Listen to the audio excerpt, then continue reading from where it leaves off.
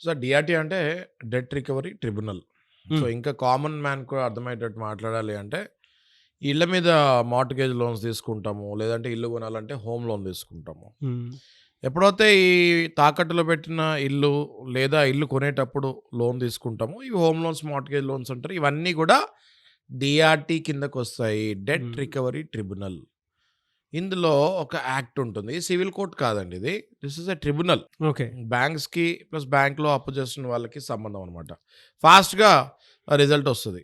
Okay. ఇది fast track courts లాగా ఇది. ఓకే. ఇందులో సర్ఫేసీ యాక్ట్ అని ఒకటుంటుందండి. సర్ఫేసీ అంటే securitisation and restructuring of financial assets and enforcement on security interest.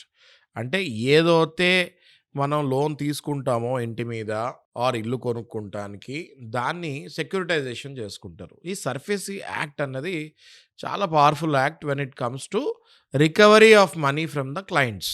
Similarly for taking stay from the banks.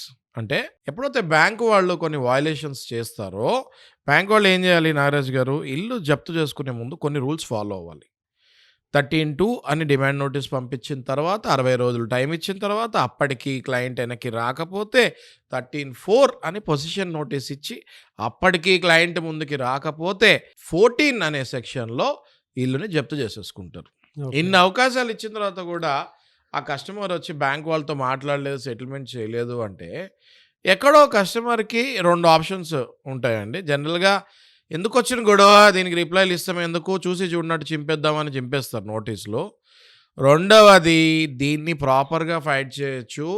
దీనికి legal actions ఎలా తీసుకోవచ్చు అనేది తెలీక లీగల్ నాలెడ్జ్ పట్ల అవేర్‌నెస్ లేక చాలామంది లాస్ అవుతూ ఉంటారు.